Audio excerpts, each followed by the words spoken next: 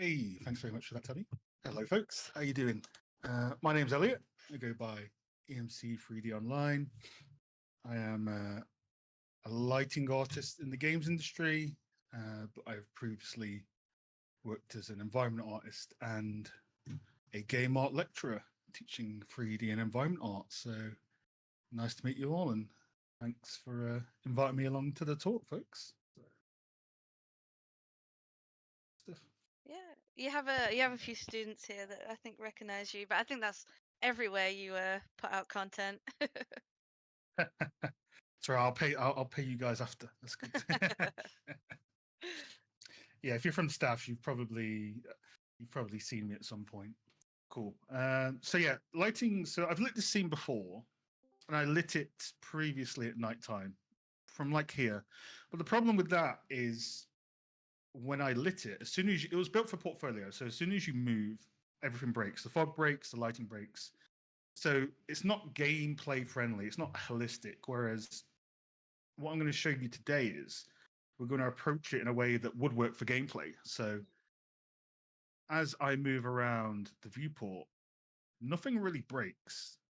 You know, I can go into the dark areas and it's not too dark.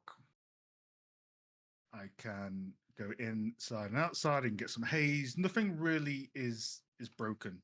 Nothing's based off screen space. And at the end of this as well, I've got two renders that we can look at. So I've got this one, and then we've got this one, which again, I'm going to show you how you can take renders towards the end without looking for them from the beginning. So these renders came at the end of the holistic lighting, whereas most of my portfolio pieces, I pick the camera angle first and light to it. So if you light to a gameplay sort of environment, you will find nice renders to do at the end of it. And that's how it works in a game, right? So, you know, you work on a game for a few years, you do all your portfolio shots at the end when the game's shipping. You can find some pretty cool stuff. You know, you don't keep that in mind from the beginning, right? You're not looking for the portfolio shots. You're looking to create something that a player can traverse through and get going. So it looks like we're pretty stable on Discord, so I'm going to minimize it and open up my Miro. Again, just let me know in the chat or a quick voice if things break. All right. Yeah, I got you. Cool. So we're going to do some holistic lighting. We're going to delete everything we've got, and then we're going to find the portfolio shots towards the end, and then we'll have a bit of a Q&A towards the end as well. So I am going to go in. I'm going to just start deleting out, and Lumen's going to fade. And we're going to eventually, when it loads, we're going to complete black. 0%. So if I look at the HSL, 0. I'm going to tell you about this little cool tool later on. But yes, 0%. Nothing at all. You know, there's a little bit of stuff here, but you know that will update after we go. It's probably some emissives that we can delete out. That's it. There we go. Starting to update and go away now. I'm going to delete any folders I've got. Check my sub levels again. Make sure nothing's hiding. Keep the cameras. We want to keep the cameras for now. So we're starting off complete black. So where do we go from here? Well, we can start adding lights in if we want straight away. But the issue with that is we're going to be adding lights to what we call the persistent level. So the persistent level is like a shell for any map you have open on Unreal. And as you can see, in a persistent level, you can have lots of sub-levels. So what we're going to do is we're not going to just go in and start adding lights. You know, we're going to make a sub-level first and then add lights. So I'm just going to go into my content browser. I'm going to right-click and click level. I'm going to call it lighting _ day. All right, and then what I'm going to do is I'm going to open up my levels ribbon, pin it so it stays up, and I'm going to drag that lighting day into the persistent level. All right. And then what I'm going to do is I'm going to right click it and go to stream method always loaded. That just means it's always going to be loaded no matter what sub level we go in. Cool.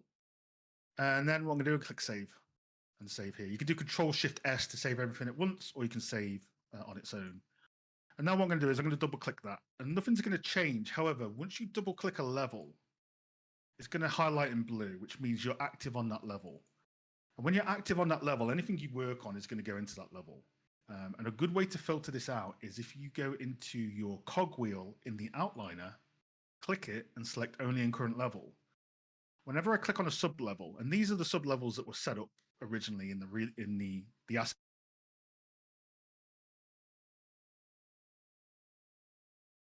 level, the VFX is in the VFX level, and then all of the environment art. This one will take a little bit to load. All the environment art is going to be in the layout level. Now, with layout levels, you can usually split these down a little bit more. So you can split them into props and architecture. Having all of the environment art in one giant level like this, sometimes you can lose control. So sometimes it's good to have the walls, floors.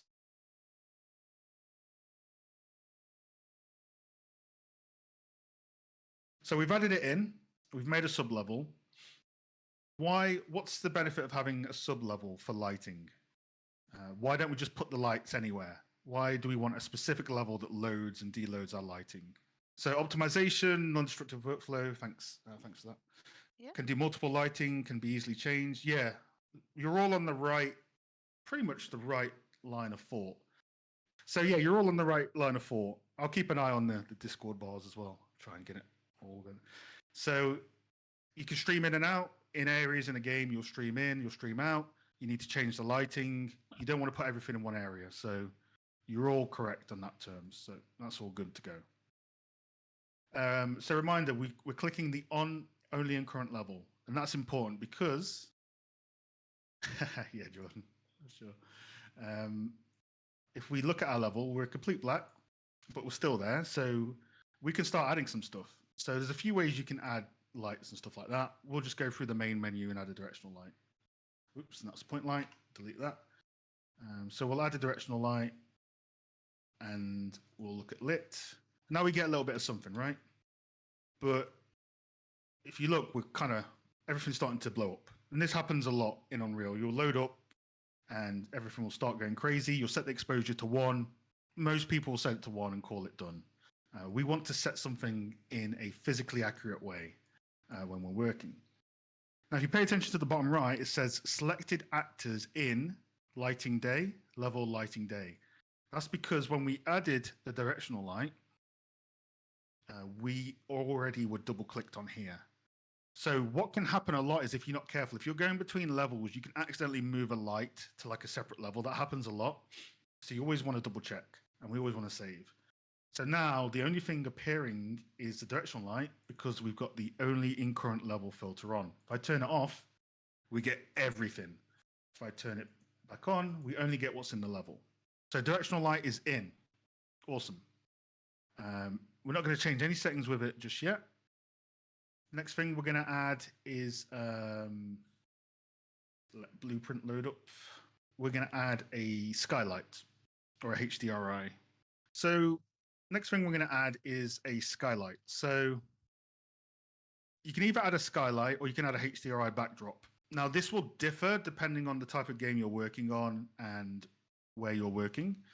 But I prefer the HDRI backdrop just because it gives you the sky and the skylight for free. If you're working on something that needs a realistic sky that has clouds and all that sort of stuff, you probably use the Unreal volumetric sky and all that sort of stuff. But I like this backdrop option. So I'm going to add that. And now that's going to give us our skylight. So if I disable the directional light, we're just looking at indirect light now. So we're getting shadowing in sort of these darker areas. And it's doing the ambience, basically. If we go into that HDR backdrop, we can start to change some settings. If I look up as well, we have a sky. That's why I like it. It gives you the sky for free.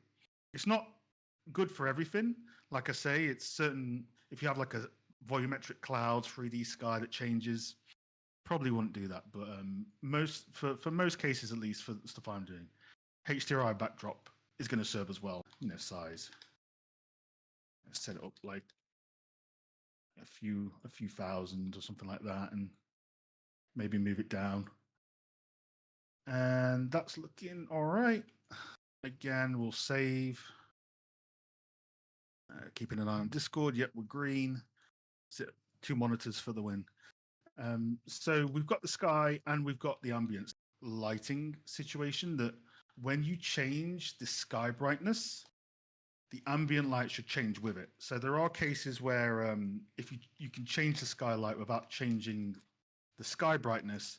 However, you do want to have a relationship between those two because that's how it works in real life, right? If the sky is darker, the ambient light is going to be darker. So first thing I'm going to do is I'm just going to set this just to 0.05 for now. We can't find the value yet for it because there's a specific reason for that. So we've got a directional light, HDRI. We'll add a fog in a moment. So the next thing we want to add is a post process. So we'll just click the plus once, type in post. We'll get it. We can drag it in. For naming, I usually call these like PPV day. I usually call directional lights DL day. And for this, we can call it HDRI day. And if you're asking a question, don't worry. I will come back to that towards the end of the talk. We'll definitely answer for you in that as well. So we're starting to form up some juicy base lighting. So if I disable and enable, you can quickly now start to imagine if we had a lighting night, a lighting dawn, a lighting, green, we can swap stuff out, right? With lighting scenarios, it's pretty juicy. So we've got the bare minimum we need to see everything. What we need to do now is, oh look, little Mario coins from the Asapac. What we need to do now is we need to start to apply physical values like PBL, physically based lighting, to our post process. Because if we don't do that, we're going to be all over the place. Now, one of the things a lot of tutorials, at least back in the day, what they would do is, and I was guilty of this when I wasn't even doing lighting. They go into the max and min. How many times have you folks seen this, right? You set it to 1 and 1, and by the way, we're unbound, so we need to set unbound. How many times have you seen this in the tutorial? 1 and 1, and we start lighting. I see that a lot, right? How we get taught in uni. Yeah, I was probably guilty of that if it was because I used to do this about 4 years ago. I only started to honestly in the last year and a half I've changed the way I do this. So it's not easily obtainable knowledge. There's stuff out there, and again I'll link to some cool stuff that's more recent that's come out for this. But here's the thing: if you set to 1 and 1. It's not the end of the world. Like you can light to 1 and 1, right? You can start lighting and doing stuff. It's all relative. So what I mean by that is, I don't know if you've got some character artists, environment artists, weapon artists. Let's say you're working on a character, an environment, or a weapon. And you make everything correct in proportion to itself. So you make a character, the proportions, anatomies right. You make an environment. The door scale is correct to the window scale. It all looks correct to its relative self. But as soon as you put a character mesh in or you put it in a game, and if you've done a game jam with people, you probably get this a lot. How many of you put that into an engine and you've just recreated Honey, I Shrunk the Kids? Like tiny, can't even see it. It's like a house for ants. It's all in proportion to itself, but it's not real world. That is what lighting to 1 and 1 is like. So we can make stuff look good, but it's not going to be realistic. And plus, physical scale can also bring issues with VFX, post-processing, all sorts of stuff. So even though you can achieve some cool lighting on 1 and 1 for a daytime scene, it's not in the correct framework. And what is that framework? Well, now I hope this doesn't lag out Discord as I switch over. Correct frameworks can be found. Move you, get out of here. Go on. Ugh. Correct frameworks can be found online, so there's a few good sources, but you can't go wrong with the Unity cheat sheet. Keep an eye on Discord. Yep, we're good. So the Unity cheat sheet is a list of temperature values, lux values, and EV for common day scenarios. And what this is a framework. So you want to be, if you get within these sort of values, oh, awesome, nice one, Tubby. If you get within these sorts of values, things are going to go better for you. Because in a game, everyone wants to be physically correct. Scale, lighting, all that sort of stuff.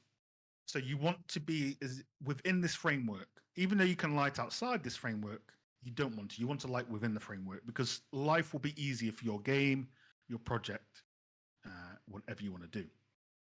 So this covers temperatures. So, a candle being 1900 Kelvin. You don't have to be exact to these values as long as you're around them. So if you have a candle and it's 1900, if you make that 2500, the physically accurate monster isn't going to come grab you and suplex you, right? But if you take a 1900 Kelvin candle and make it 8000 Kelvin, hide. Just hide because they're coming for you. So you know what I mean? You got to be within a decent range, of what is out here. So what are these values based on? They're based on photography, really. Photography using a light meter, the exposure triangle. It's Elliott. Yeah, that's right, Jay. It's based off real world. So that's how you know it's correct. So EV is basically, how you are going to expose for an image. EV 100 is a good way for exposure in a game engine to be done. You can use the exposure triangle if you want. There is an option for that, but for gameplay, EV100 would be better. Yeah, the same Jordan's thing. So we're doing a daytime scene. Sunlit is 14 EV. Cloudy is 10 EV. We can go for 12.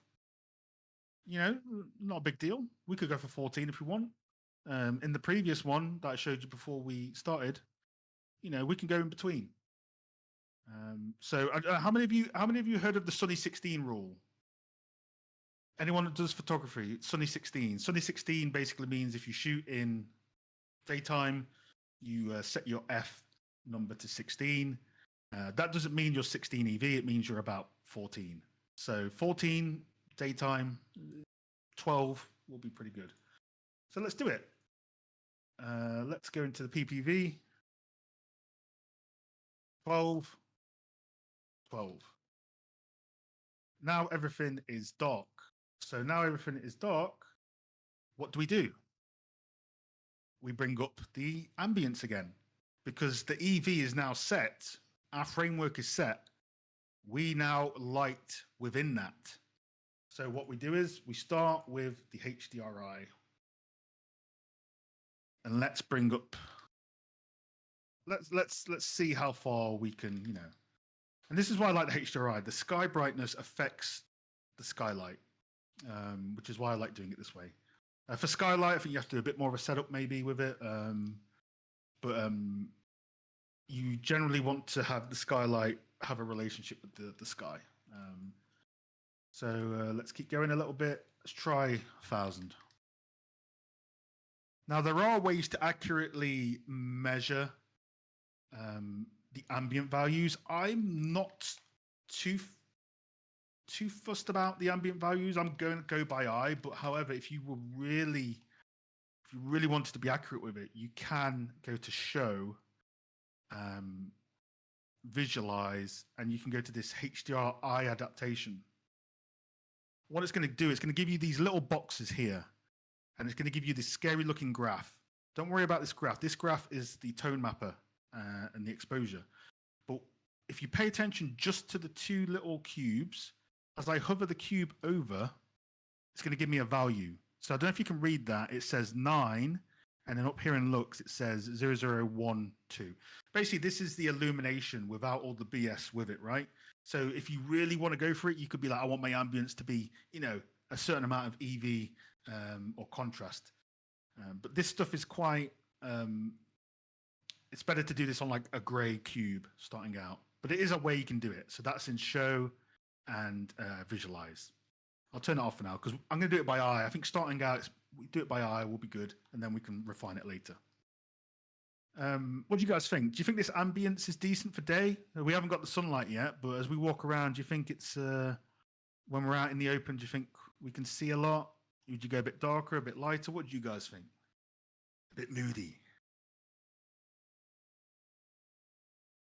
A bit moody and overcast. Cool. Okay. All right. Let's go to 2000. Maybe 2500. Needs more brightness. Okay. Ooh, now it's we're juice is high. Juice factor's getting there, right? And remember, we are in what EV are we in, folks? What's our EV 100? 12. 12 is daytime, around daytime. We're already in PBL in 15 minutes. We just refine. We keep refining now. All right. So let's do directional light. Let's go to the chart again. Directional light intensities. 100,000 lux for noon, 20,000 for cloudy, 130,000 for really bright. Most of the time, people are like, in my experience of talking to lighting artists, they're usually between, for a big daytime scene, 90,000 and 120. There's wiggle room. So let's try 100,000. 100,000 seems pretty good to me, right? So let's go into the DL day. 100, 1, 2, 3. You can update lumen to speed up, but for now we'll leave it. It's a bit bright, don't you think? I think it's a bit bright. Yeah, it's a bit bright. Let's go down to 90. And let it update. Now, if we're too bright, what we can do is we can turn this off, have a quick look, see if we're too bright or not, and we can refine from there. Ah, I've left something out on purpose. Not on purpose, I forgot, but I want to ask you guys again. Let me, I almost forgot about this. This is a good error to run into.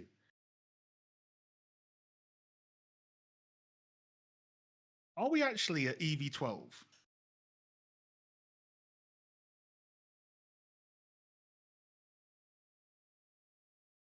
Now, here's the thing. I don't know why this happens. My scientific knowledge of this is not too dense, but we set the EV to 12, right?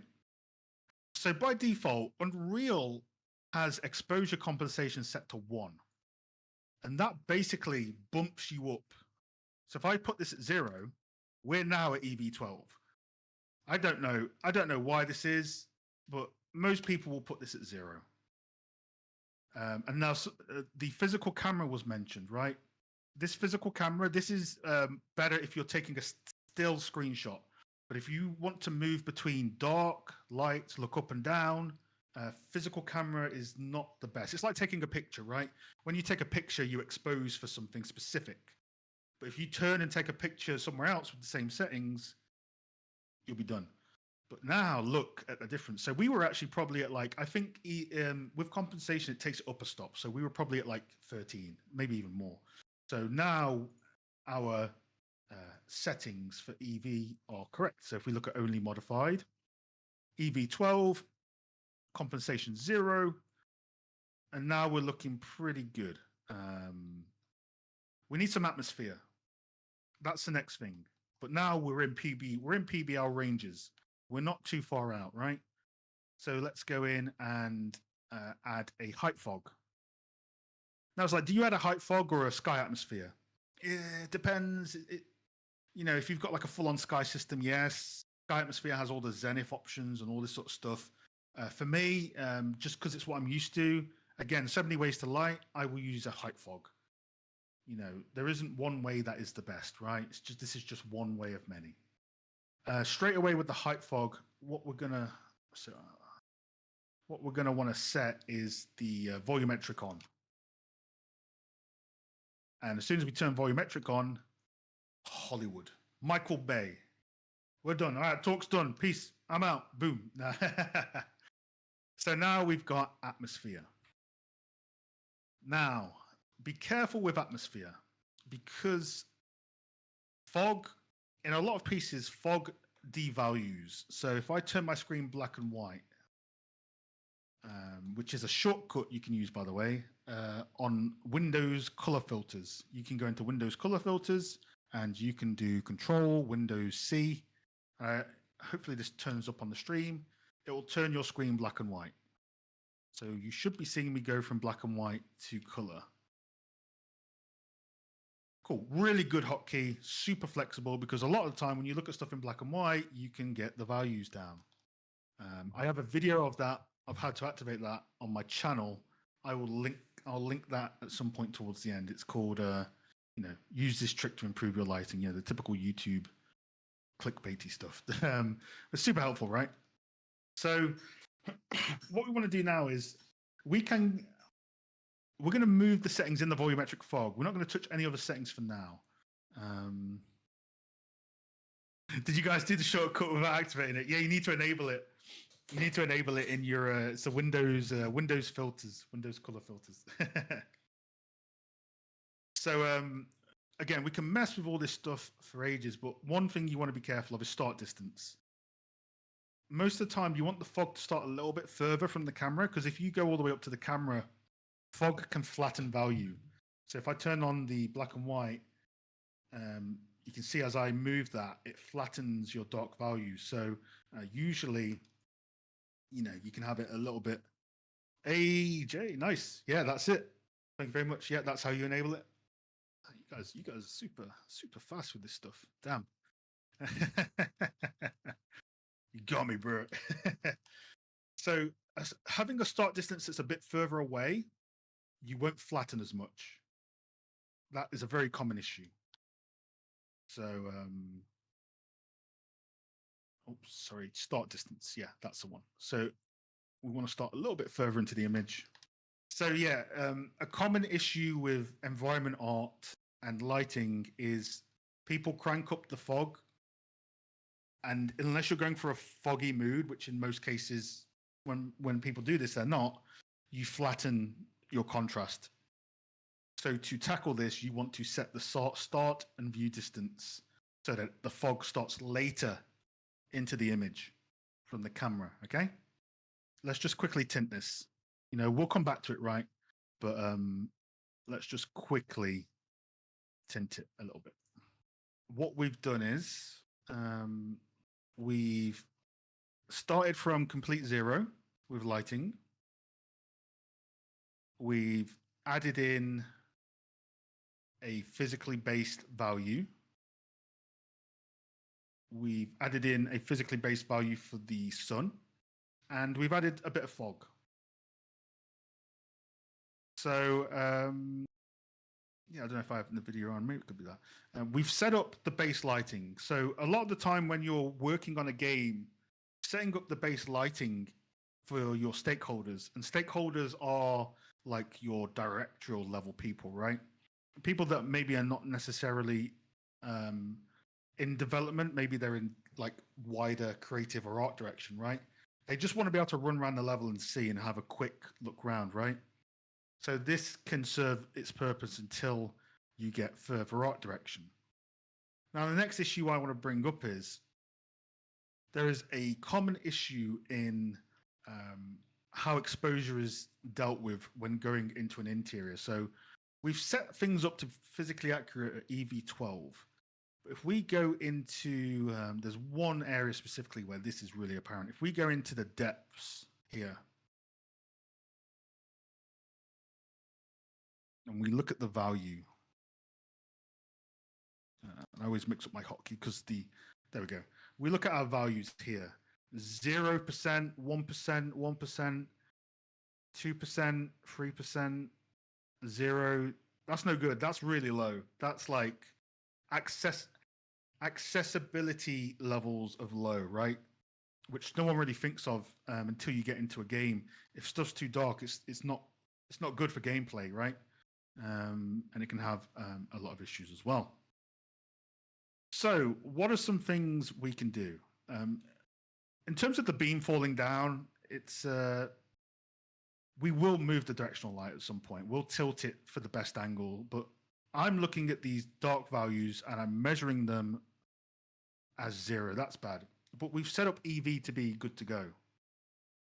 What can we do? This is where there's a few ways to tackle darkness in interior spaces. One way is to add another post-process volume, shape it to this interior, and to change it to a different EV, so that when you walk in, it transitions. That gives you the most control. That, however, takes a lot of time, and I don't think we have the time really to go through that bit. But it's one way. Now, there's lots of ways to do this, and everyone has a different way. The second way is, I don't want to say the worst way, because you have to do this sometimes, but the second way is, well, for a space this big, you wouldn't do it. But you could try and add bounce cards or point lights without shadows, but it's not holistic, right? So if you've got, imagine this is an Assassin's Creed game. This is one of many interiors.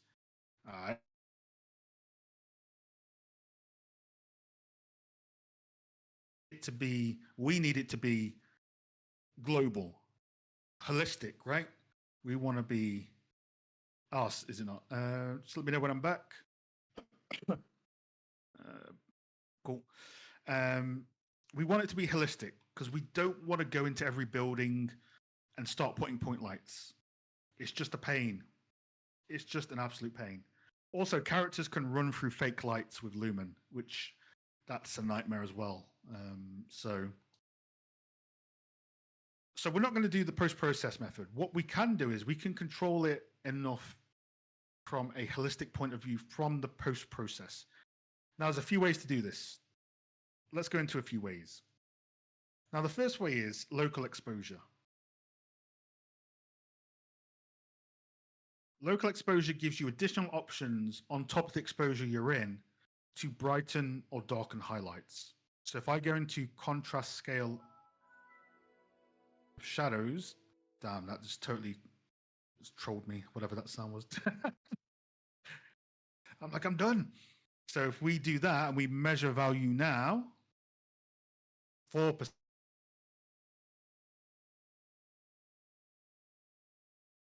You see the general percentage in HSL, we're higher. Now, this setting is good. You don't want to do it too much because if you do it too much, right, you'll brighten quite a lot. But that's one way, right? So we can maybe do that at 0.8. So this is on and off. Well, 1 is default. Look at the difference. So 1, 0.8. 1, 0.8.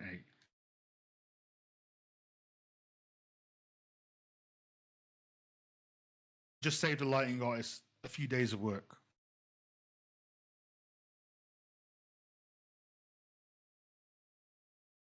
Bring the highlights down, right? So if you think, oh, the sun, we can do this through looks as well, through the directional light, but we can bring the highlights down a little bit. So we could, bring that down a tiny bit. But usually I will just change the directional light. So now when we go into dark places,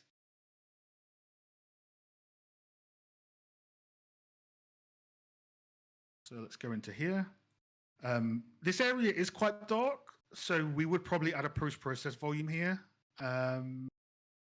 and lighten the EV up, because but the post-process that we just did, it fixes areas like this. You see this isn't too dark, it's not too bright. So we don't fully void the need to add a post-process and change the EV, but we can attack a lot of the interiors using local exposure. All right. And remember, we're lighting in a way where I'm imagining this is a big environment. If I zoom up, right, this is nothing. This is tiny. Like in Assassin's Creed, this would be 10 times the size. This is the type of lighting we're imagining, right? We're lighting an Assassin's Creed city, sort of ideal, right?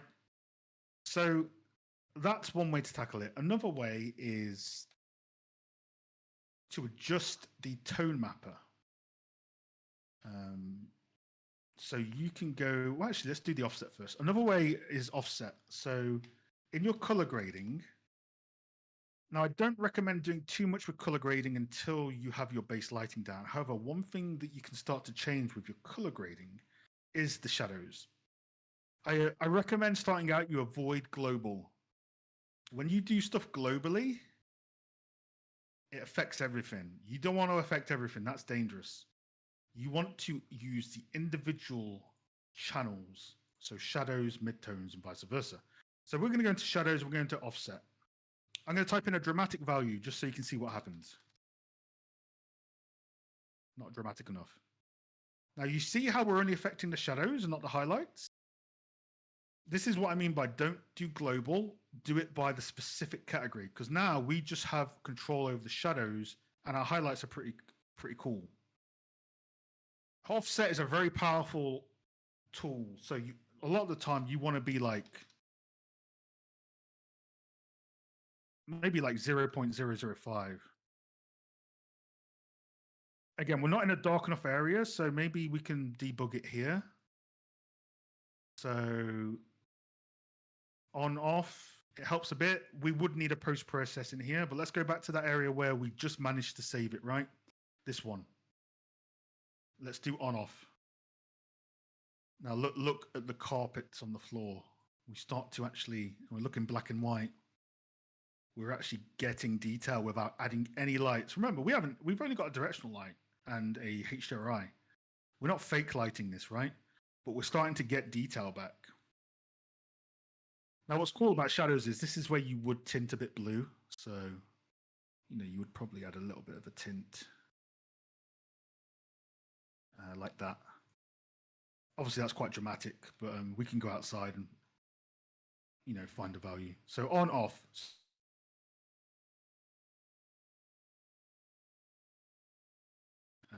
Which is cool. You can also use the gain, like lots of ways to tackle darkness, and you can go to 0.8, or is it 1 point? Yeah, gain, and you can go to like 1.2, and you can brighten shadows that way. There's lots of ways to brighten shadows, basically, is what I'm saying. So not two interiors are the same. So you notice that in here it's fine. In the other tunnel, it's fine, but in the actual temple, it's not fine, right? There are many different types of interiors, and they will receive indirect lighting in different ways.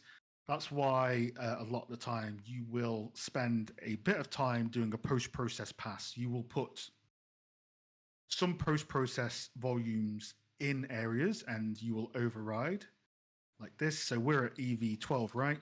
So this is a viewport way to change exposure. It's really quick.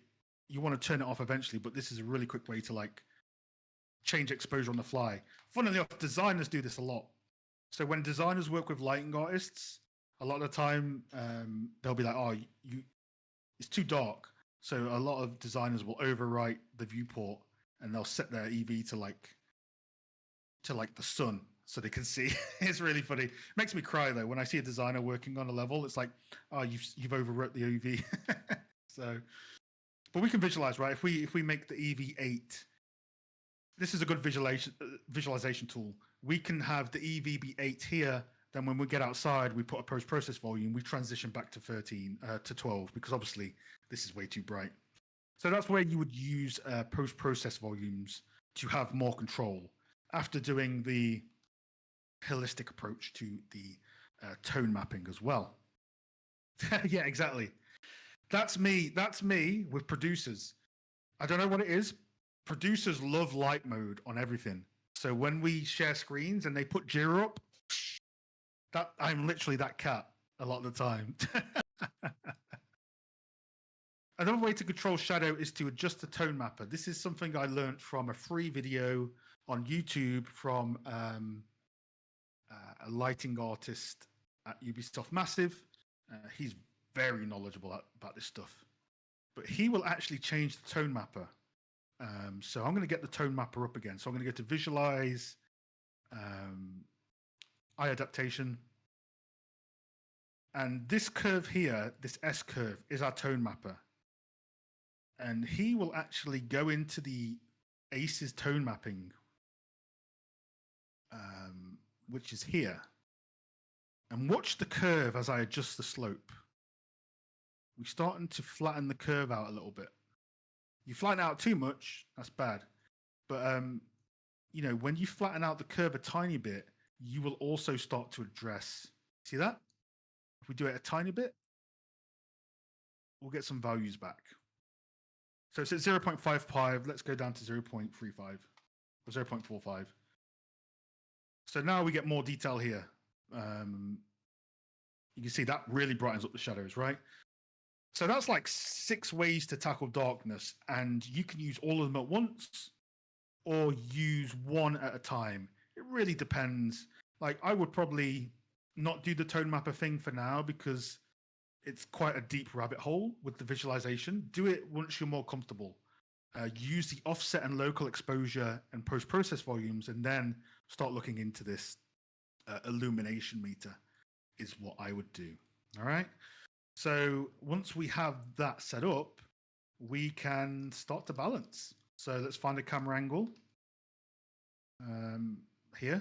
Yeah, and we can start to balance. Like, one of the big things that affects your scene is the actual position of your directional light.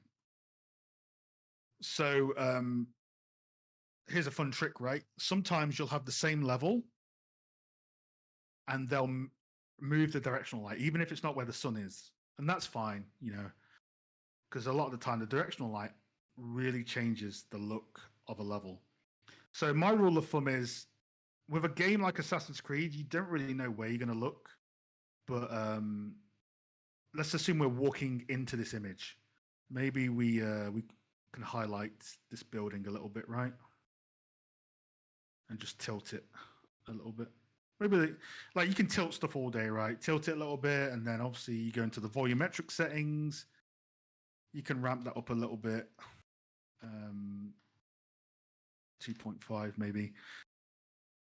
So yeah, directional light, the way you rotate it will affect a lot of how your image looks. And honestly, you just keep rotating it until you find something that you like. Is the truth of the matter. So maybe like that. So right now we can go inside interiors. We can go throughout the level. It doesn't look too weird. We can look up. We can look down. It's not too dark. It's not too light. And we're ready for gameplay. So at this point, we can start post-processing more. So we can go in and we can actually start to change settings, or we can change. Maybe your art director says the light's too strong, and that's when you would maybe reduce your looks a little bit. By the way, source angle is really nice. If you put the source angle up, you'll soften that shadow. So there's default. If we set it to like 5, you know, maybe 4, nice softness, right, to the directional light. So at this point, we can just post-process. We can change the intensity. Maybe we go down to 85. 85, no, that's 850. I'm an artist, can't count. 85,000. Yeah, so maybe we can just start doing that. You know, we can start tweaking the settings there. So a lot, but we're set up correctly, right? We're in PBL. Everything we do now is just refine values. Yeah, exactly.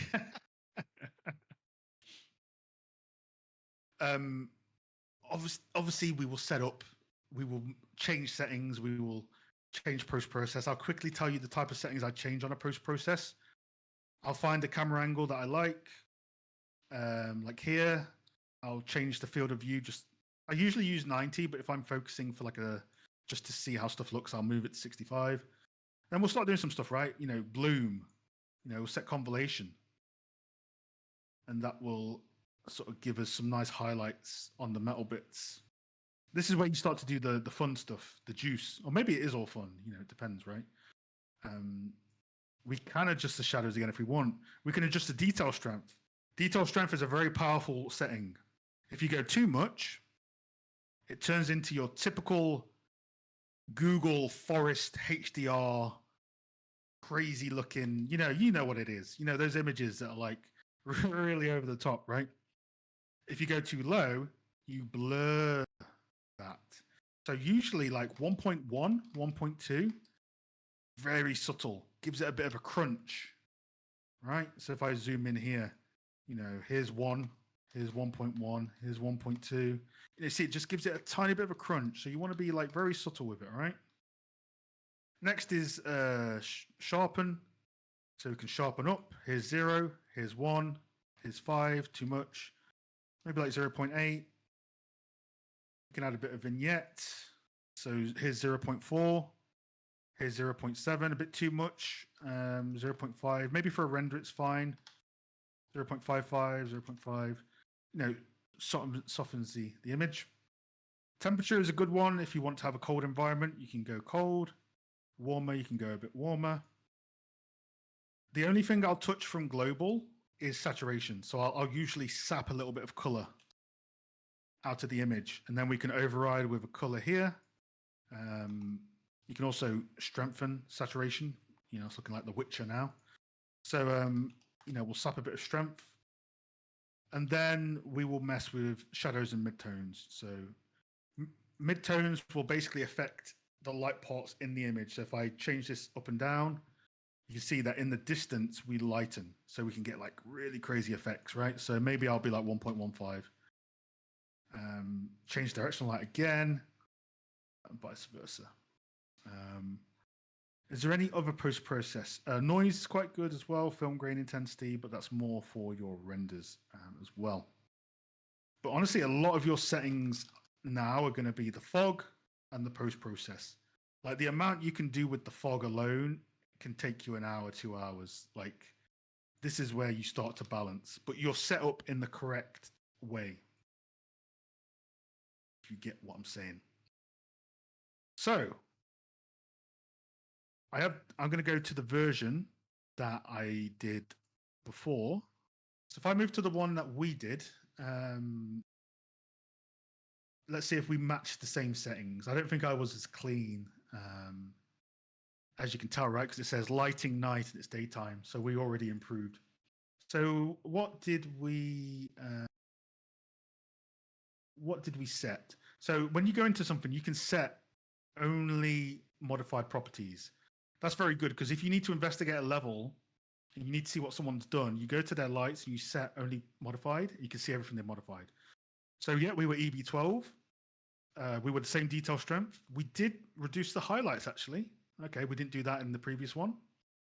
Our vignette was higher. Our sharpen was the same. Our saturation was the same. In the shadows, we actually added a bit more contrast and we had one less offset. In the midtones, we did the same gain. And I actually did do tone mapping on this one, which is optional. And this looks weird because I've done something specifically for renders. So go. We could probably let that load up. I think that actually needs to be deleted, probably. But yeah, we've set the fog on this one as well. We go into the dark places. Like I said, we're kind of pretty similar, right? The only difference with this one is there's a few tricks I want to show you, right?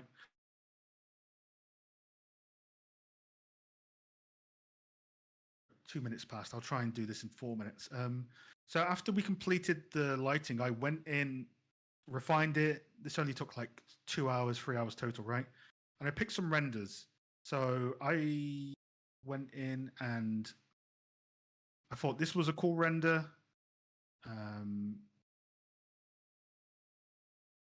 And I thought this was a cool render. Yeah, I think this is broken because this needs to be off, I think. Or maybe we just broke the wrong one. It doesn't matter. But yeah, you can find renders. Just point it at something cool. You can adjust the focal length. The next thing I want to show you quickly is the lighting's a bit different here. I think it's in a different level, but when we go into Q&A, I'll load up the correct level just in case. Because I think we have an extra light on there. But I want to talk to you quickly about flags. So flags are, even though this render is a bit different, this looks different for some reason. It's all right, we can fix it afterwards. But I'll quickly show you flags. So I know that is different. Right. Okay. Flags are basically in cinema. Flags are really dark black pieces of fabric or plate that reduce bounce. Okay.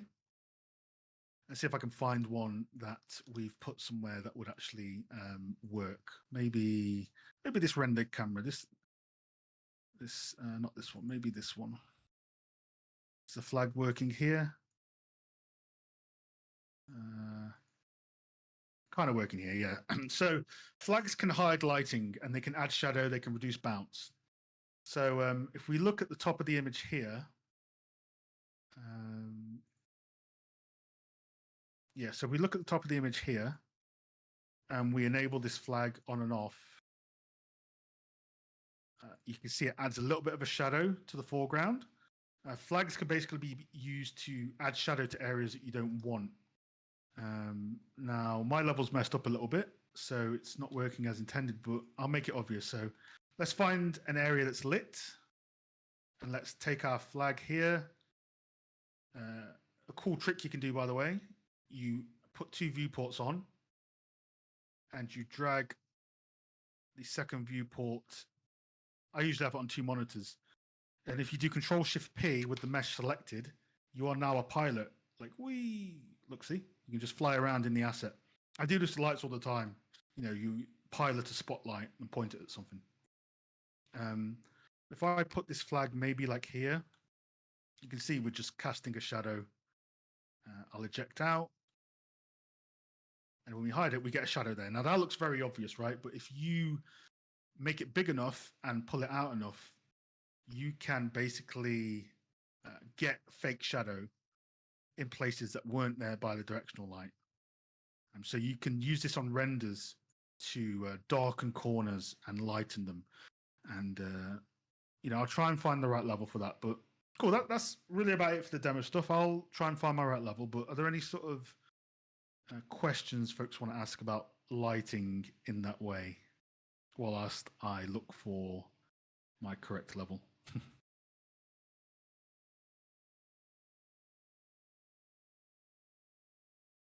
So to conclude, we started from dark. We went PBL with the EV. We adjusted the interiors with the post-processing. We were able to look at the values and see that it wasn't going too dark or too light. And we set up global lighting with sub-levels, basically. Why is this not working?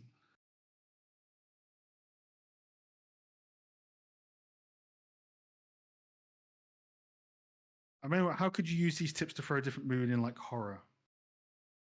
Horror is a lot of fake lighting. So you can set up global lighting for night, but you do go pretty dark, right? So you go when you go into nighttime,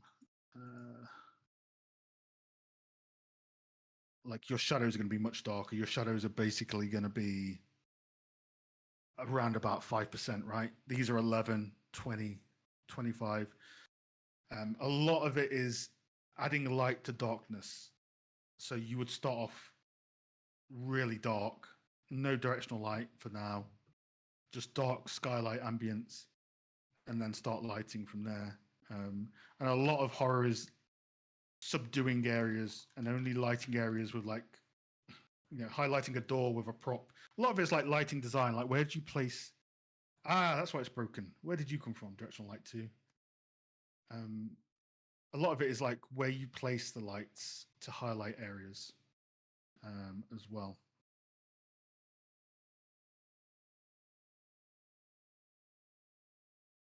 So if you look at, obviously we're working on Until Dawn, right? Which has trailers and a release date. You look at the trailers for that, that's very dark, highlighting what needs to be highlighted sort of approach. Is a process for night team similar? Yeah, so for a night scene, you would darken the HDRI, you would make the temperature of the directional light blue, you would tone down the contrast, and then with a nighttime scene, you can actually add a lot of fake lights. So you can add a lot of spotlights that highlight bits. You can do it with day, but it's not it's a bit obvious when you do it in daytime, but at nighttime you can make spotlights with a blue light on, and you can basically paint highlights in the way you want to put them.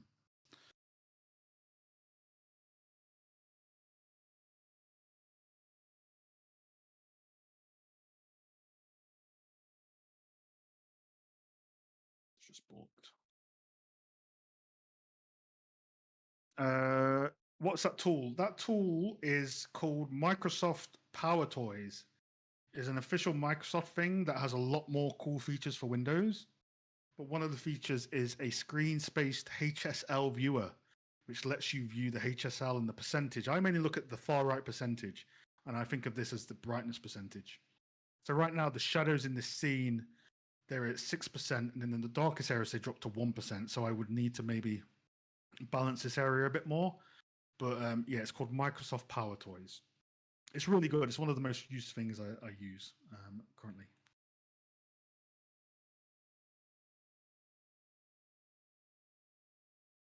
Characters and assets, that's a whole different kettle of fish. Like cinematics is a whole different kettle of fish to environment lighting and prop lighting. You can't go wrong with like a directional light or a spotlight, honestly, in most cases.